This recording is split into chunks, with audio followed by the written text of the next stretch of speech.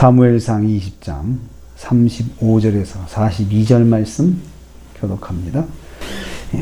오늘 말씀은 다윗을 죽이고자 하는 사울의 감정을 재확인한 상황에서 다윗과 요나단이 어쩔 수 없이 이별하는 것을 내용으로 하고 있습니다.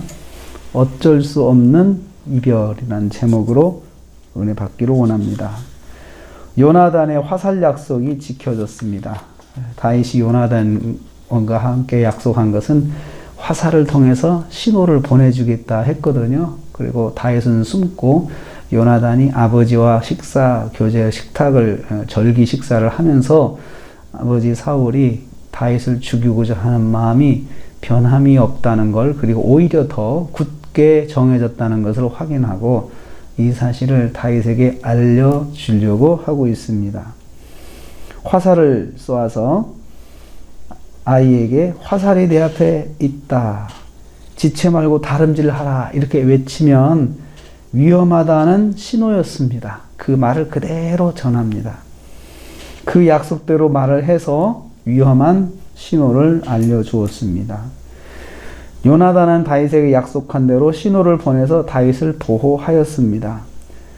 그렇지만 요나단을 가만히 보면 자신의 미래를 걸고 다윗을 보호해 주었습니다. 요나단은 다음에 사울왕을 위해서 왕이 될 사람입니다. 왕세자입니다. 그래서 자기는 왕이 되지 않아도 좋으니까 다윗을 어떻게 하든 살리려고 했습니다.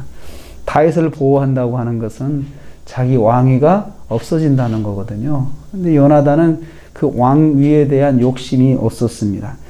그런 마음을 가지기가 쉽지 않습니다. 불가능한 우정이죠. 불가능한 우정을 실천하는 요나단을 봅니다. 저는 이 말씀을 보면서 하나님께서 요나단의 마음을 꽉 붙잡아 주셨다고 생각을 해요. 다윗이 이 상황에서 어디 가든 다윗을 죽이려고 하는 사람밖에 없습니다. 유대 땅이, 이스라엘 땅이 좁습니다. 좁아서 도망갈 곳도 없어요. 바로바로 소문이 나고 걸어서 하루 이틀이면 다 알려줄 수 있는 그런 거리입니다. 더군다나 말을 타고 달리면은 하루 거리면 다 알릴 수 있는 거리거든요. 이런 상황에서 하나님께서 요나단의 진실한 마음을 통해서 다윗을 보호해 주셨습니다. 불가능한 우정을 이루시는 하나님의 역사를 봅니다. 하나님은 역사하실 때 사람의 마음을 붙잡아서 역사하세요. 그래서 우리가 기도할 때 마음을 움직여 달라고 기도할 수가 있습니다. 하나님, 그 사람의 마음을 붙잡아 주세요. 내가 말로 설득하는 것은 한계가 있습니다. 그런데 하나님께서 붙잡아 주셔서 사람의 마음이 움직일 수가 있거든요. 그래서 요나단의 우정을 하나님께서 이렇게 만들어 주셔서 다윗을 보호해 주시는 것을 봅니다. 다윗이 감사 인사를 요나단에게 보입니다. 40절과 41절 말씀입니다. 단둘이 남게 된 상황에서 다윗과 요나단이 만나게 됩니다. 숨어있던 곳에서 나와서 요나단에게 땅에 엎드려 3번을 전합니다. 얼마나 감사합니까? 얼마나 감사합니까? 자기 직을 걸고 자기 미래를 걸고 보호해주는 요나단이 얼마나 감사하겠습니까? 요나단이 만약에 마음을 정말 악하게 독하게 먹으면 그 자리에서 죽는 거예요. 그냥 사람 보내가지고 잡아오라 할 수도 있잖아요.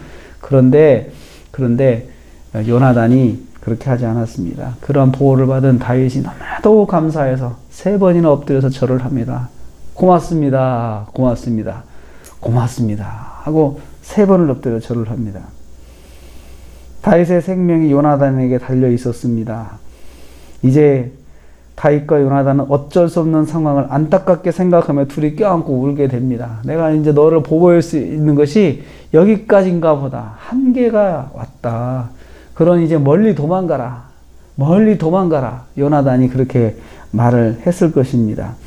여기까지가 요나단이 보호해 줄 수 있는 한계였기 때문에 이제는 가까이 할 수가 없었습니다.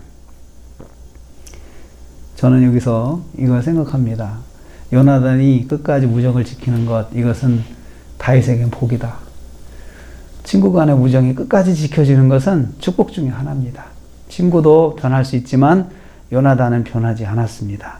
그래서 하나님께서 다윗에게 약속이 지켜지는 우정을 가질 수 있도록 하나님께 복을 주신 것입니다. 요나단이 언약을 재확인해 줍니다. 42절 말씀입니다. 요나단이 다윗에게 이르되, 이 말씀을 보면요, 다윗은 그냥 가만히 당하고만 있어요. 요나단이 일방적으로 다윗에게 이렇게 은혜를 베풀고 있어요. 그래서 요나단이 주어가 됩니다. 요나단이 다윗에게 이르되, 평안히 가라. 우리 두 사람이 여호와의 이름으로 맹세하여 이르기를. 두 사람이 했던 약속을 확인해 줍니다. 다윗이 확인해봤자 보장이 될 수가 없죠. 왜냐하면 절대 약자이기 때문에요. 그렇지만 절대로 강자인 아주 그 위치에 있는 요나단이 확인을 해줍니다.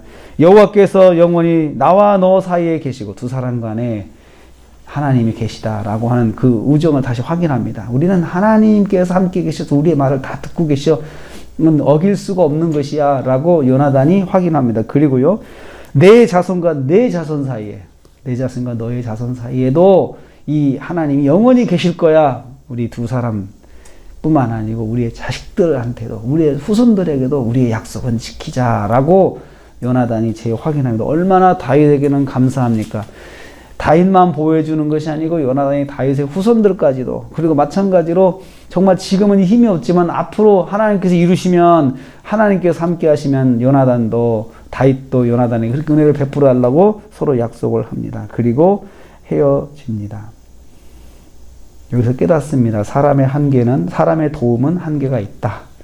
사람의 도움에는 한계가 있다. 아무리 원해도 한계가 있습니다. 우리가 자녀들인 사랑도 한계가 있죠. 내가 하나님 부르시면 세상을 떠나야 되잖아요. 그게 한계예요. 그래서 사람이 사람을 끝까지 의지하는 그것은 어리석은 것입니다. 한계가 있다는 인정하고, 그 사람이 변해도 인정해줘야 돼요. 그럴 수 있지. 한계가 있는 거야. 사람이란 것은 그렇게 인정하는 것입니다.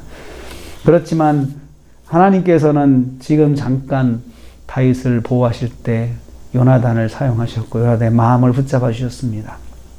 우리가 한 주간 동안 살아갑니다.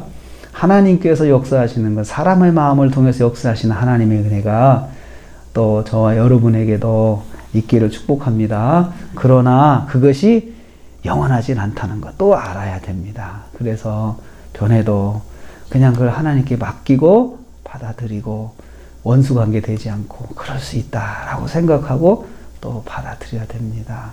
한 주간 동안 하나님의 그 사람을 통해 역사하시는 것, 그렇지만 그래도 끝까지 하나님을 의지하는 그 마음을 놓지 않고 한 주간을 승리하시기를 주님의 이름으로 축복합니다. 하나님 감사합니다.